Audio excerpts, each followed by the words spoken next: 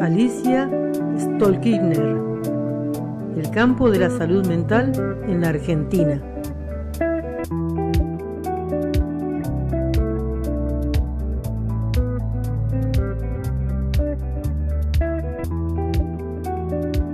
Estamos con Alicia Stolkigner, psicóloga, para hablar sobre algunas cuestiones del campo de la salud mental en la Argentina. Alicia, en principio, ¿de dónde venimos con el campo de la salud mental y cómo estamos hoy? A unos ya 7 años de en Argentina hay una nueva ley de salud mental. Bueno, en realidad esa ley de salud mental se llega por una serie de acciones y de actores y de luchas que tienen más de 30 años, y su detonante, su desencadenante fue una denuncia de un organismo de derechos humanos que es el CELS, que en su texto que hace con un organismo internacional que es el MDRI hace un texto que se llama Vidas Arrasadas en el 2007 y que muestra las violaciones masivas de derechos de las personas internadas en hospitales psiquiátricos, que en ese momento se calcula que eran 20.000. Esto va a ser el disparador de la ley de salud mental, que finalmente se aprueba en el Congreso y que en la Cámara de Senadores tiene una serie de debates, y creo que lo que va a permitir a la apertura de la ley de salud mental es que se trata de un momento a nivel nacional que se producen una serie de leyes de avanzada en materia de salud, por ejemplo la ley de muerte digna, ley de derechos de los pacientes, ley de las empresas de medicina prepaga, ley de parto humanizado, todas las leyes sobre discapacidad con las cuales van a enganchar mucho. Para hacer la ley de salud mental se necesita reformar un punto del Código Civil y posteriormente además tenemos la reforma del Código Civil. Y en ese marco aparece esta ley, que no es una ley pensada en un gabinete legislativo, sino peleada por una cantidad de actores, entre los cuales hay 2 actores nuevos que antes no estaban, que son las organizaciones de usuarios y familiares y los organismos de derechos humanos. Porque hasta ese momento todo se reducía a una puja corporativa entre profesiones, hegemonía psiquiátrica o no hegemonía psiquiátrica, etcétera, pero en realidad nadie había propuesto una modificación importante de las condiciones de vida de los usuarios, que a su vez no tienen voz ni voto, porque una característica de los pacientes psiquiátricos es, como diría un abogado que se dedica al tema, ¿no?, es la hiposuficiencia jurídica. Alfredo Kraut se llama. Alfredo Kraut es un autor que se dedica a esta cuestión de leyes y salud mental desde hace muchos años y trabaja en la categoría de hiposuficiencia jurídica. Entonces, no son los usuarios los que podían reclamar, a menos que se organizaran desde un lugar socialmente muy estigmatizado como para hacerlo. Sí, invisibilizado, etcétera, ¿no? ¿Qué características tiene la ley? La ley y la articulación de que después va la reglamentación de la ley y el plan de salud mental que viene con ello, con la reglamentación, crean una serie de instancias que después se tienen que replicar a nivel provincial. Lo primero que va a aparecer es el cuerpo de letrados, o sea, los abogados que tienen como función asistir a toda persona internada involuntariamente, porque la ley parte de la suposición jurídicamente cierta de que una internación involuntaria es una privación de libertad, y aunque esté fundamentada en términos del cuidado de la persona, requiere los cuidados y las garantías jurídicas que necesita cualquier privación de libertad. El segundo, lo que va a aparecer posteriormente, además se van a ir creando, es la Comisión Interministerial de Salud Mental, la CONISMA, donde deben interactuar, que dependía de la jefatura de gabinete, y donde debían interactuar presidida por el Ministerio de Salud, por la Dirección de Salud Mental, pero donde tenían que interactuar todos los ministerios que tenían algo de acción específica que hacer en el terreno de la ejecución de la ley de salud mental, considerando que no era solo el Ministerio de Salud. Desde el Ministerio de Seguridad, donde se habían generado protocolos para que las fuerzas de seguridad actúen de manera no violenta y no punitiva cuando se trata de intervenir, cuando las llaman, cuando hay personas con crisis psíquicas, digamos, en la calle, como suele suceder, Y después hemos tenido el año pasado 2 personas muertas en situaciones de ese tipo. Entonces, ¿cuál es el punto? O por ejemplo, ese era el Ministerio del Interior, se ocupaba de la documentación también. El Ministerio de Educación hizo participó junto en la CONISMA para generar 2 documentos importantes.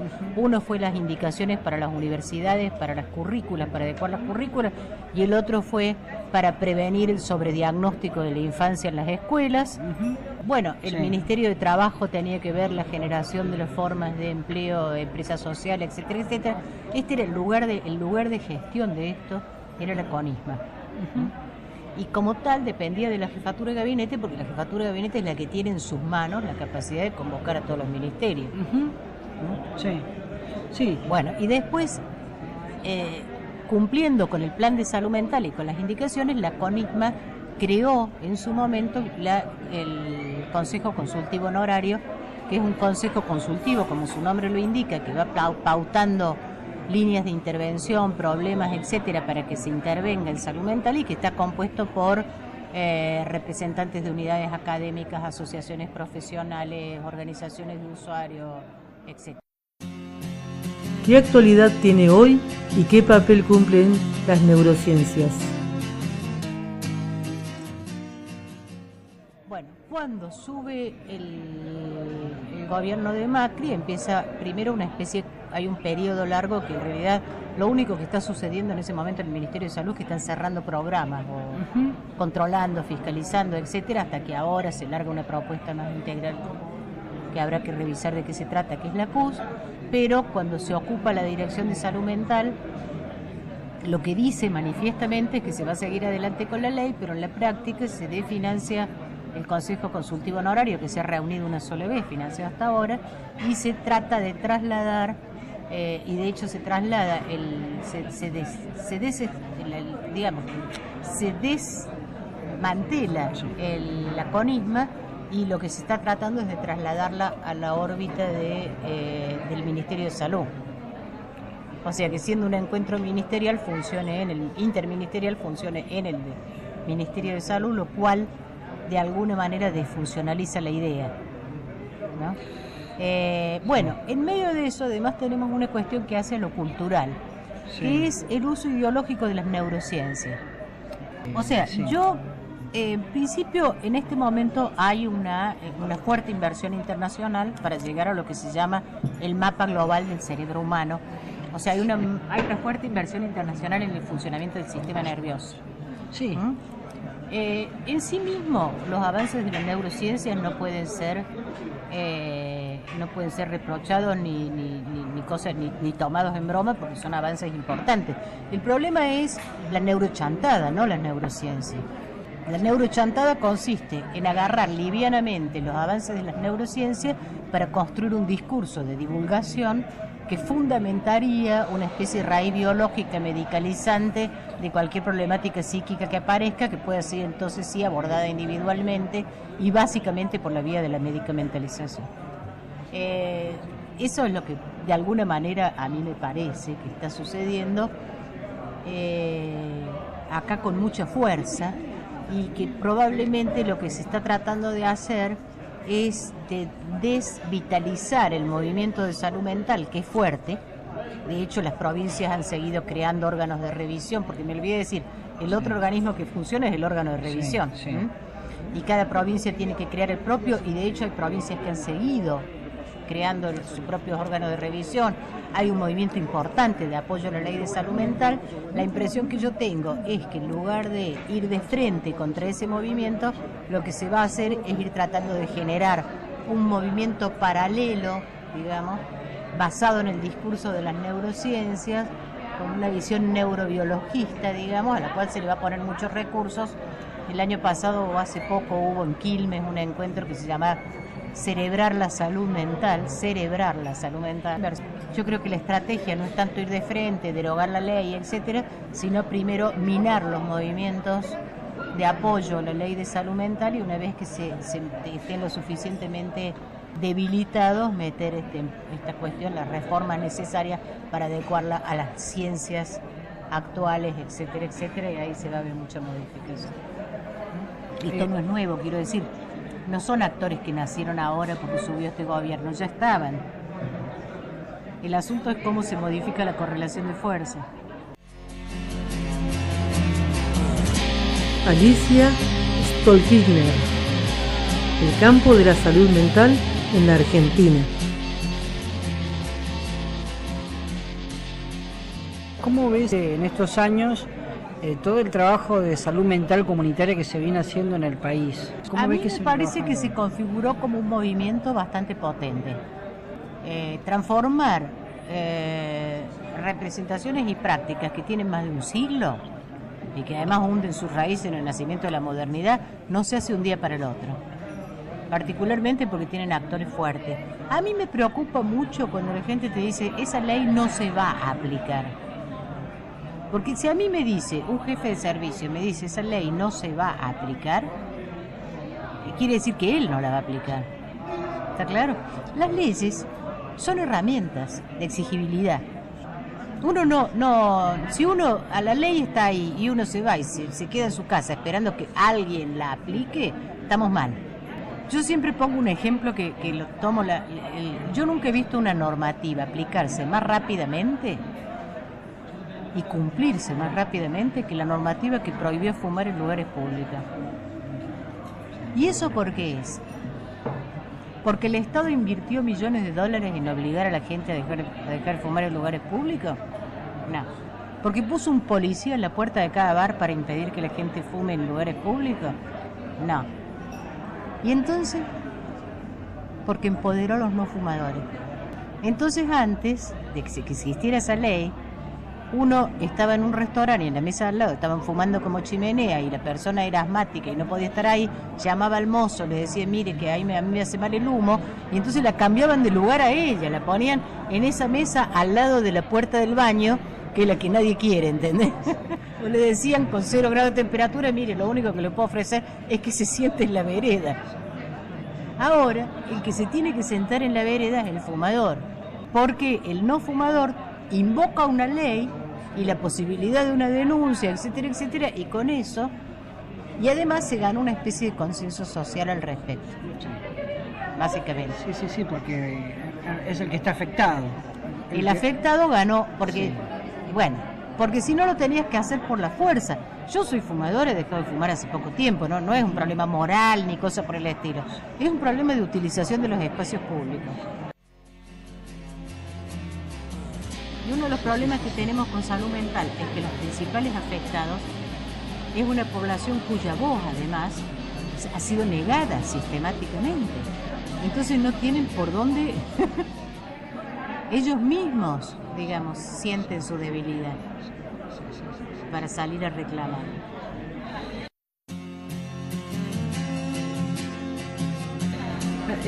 Alicia, vos,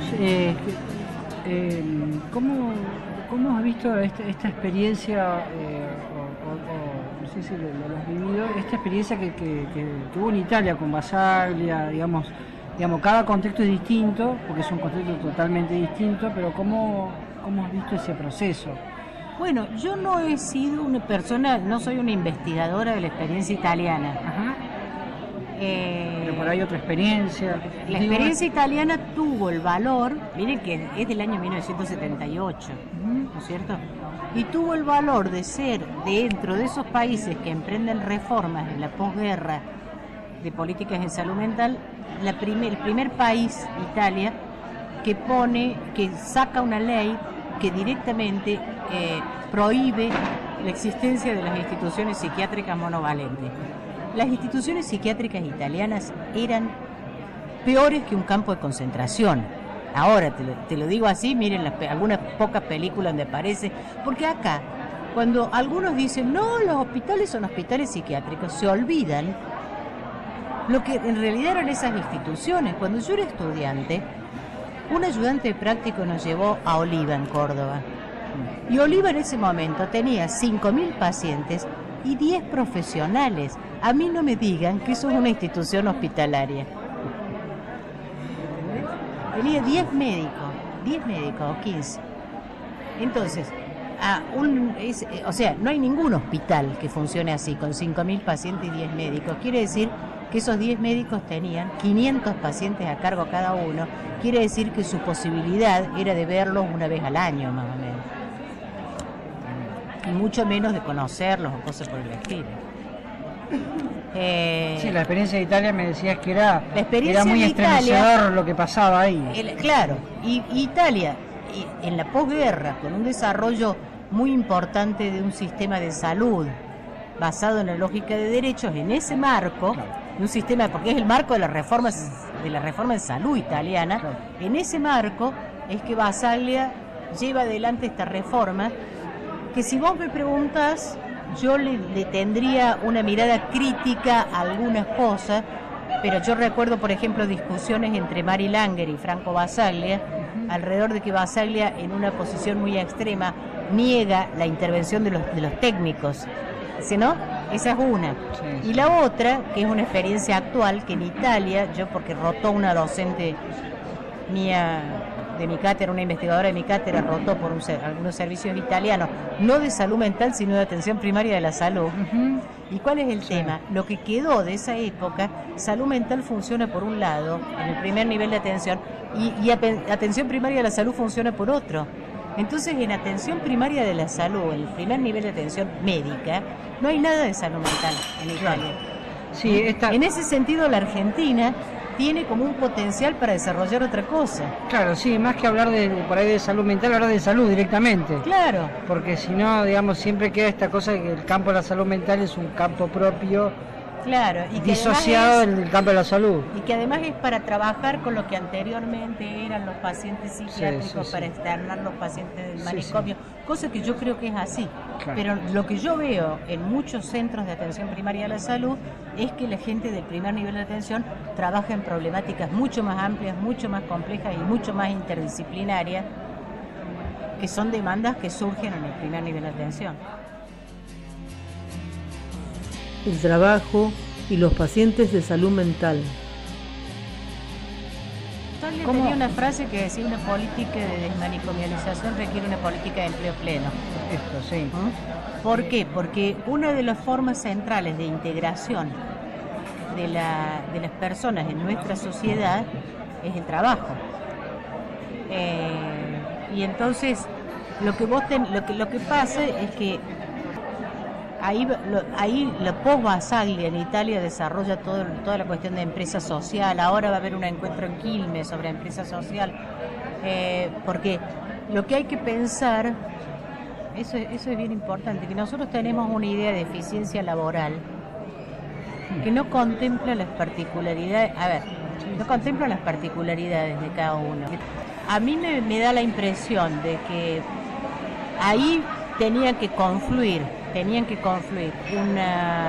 una política de salud mental con una política de enfoque social de las discapacidad o de las capacidades diversas o lo que fuese. Porque estaba pensando que en algunas personas con las cuales yo trabajé, que tenían sufrimiento psíquico severo, que pueden desempeñar muy bien algún tipo de trabajo. Pero, por ejemplo, pueden llevarse muy mal con un clima de trabajo persecutorio. Sí. Entonces, si vos me decís, si vos tenés que integrar a una persona, un no vidente, en el trabajo, tenés que proveerle una computadora adecuada para un no vidente, ¿no es cierto? Ahora, si vos tenés que integrar una persona con una sensibilidad particular con respecto a las situaciones de persecución, conflicto, etcétera, en un lugar de trabajo, también tenés que tener en cuenta esto. Y capaz que lo puede desempeñar muy bien, pero no, en la mayoría de nuestras instituciones son muy terribles. Hay que tener un aparato psíquico a prueba de bala para bancarte las instituciones en momentos de cambio, por ejemplo. Y además, yo veo ahora más allá de todo lo que digan los titulares de los diarios, yo veo una reformulación del mundo del trabajo que no va en la línea de la ampliación del empleo, sino de la disminución y de la precarización. Está entrando fuerte. Sí. Yo, para serte franca, yo creo que la gente puede vivir sin trabajar. O sea, el ser humano no nació para trabajar. Los mairunes eran una... Sí, es parte de la cultura también. Claro, los mairunes eran una cultura del Amazonas que en su lenguaje no estaba la palabra trabajo. Sí. Porque eran cazadores, recolectores, entonces estaba todo junto, la ceremonia, la diversión, la práctica de la búsqueda del alimento, el canto, ¿no? Sí, sí, lo O sea, pasa que... no tenía la Sí. diferenciación que nosotros tenemos. Nosotros tenemos una ética del trabajo, Sí. pero cada vez más la vida se resuelve alrededor del trabajo. Pero vos Tenemos- hoy en día, vos en una zona urbana, Sí. una persona que suponte que le des una pensión para sobrevivir, ¿no es cierto? Pero que le das una pensión para sobrevivir, escasamente, pero además no tiene una inserción laboral y eso construye una sensación de aislamiento, construye una dificultad para relacionarse, construye algo alrededor de la autoestima, del autovalor, etcétera, etcétera. Eso no. Cuánto miedo da salir a ese mar de dudas, ya no hay más que hacer. Sos tu propia ayuda.